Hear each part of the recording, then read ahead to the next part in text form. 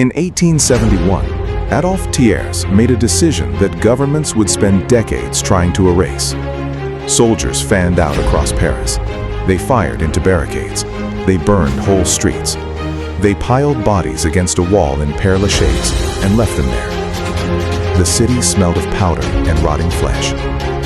Paris had just survived the Franco-Prussian War and a brutal siege in 1870. The Second Empire collapsed. On March 18, 1871, the National Guard and workers rose. By March 28, the Paris Commune governed the city. Radical, improvised, led by figures like Louise Michel and artists such as Gustave Courbet. The French government in Versailles, led by Thiers, called them traitors. Tension escalated.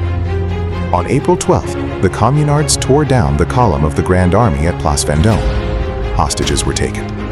According to court records and witness affidavits, Archbishop Georges Darboy and others were executed on May 24.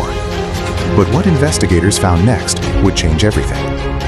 From May 21 to 28, 1871, the Semaine Sanglante, Marshal Patrice de Macmon's troops retook Paris street by street. Witnesses later testified to summary executions at the Mur des Fédérés. Estimates of the dead range into the thousands. More than 30,000 were arrested. Thousands were deported to New Caledonia, reportedly including children. Gustave Courbet was later tried and ordered to pay for rebuilding Vendôme. He fled to Switzerland and died in exile. The government buried records, rewrote reports, and resisted memorials for decades. Official amnesties would come only years later. They crushed an uprising.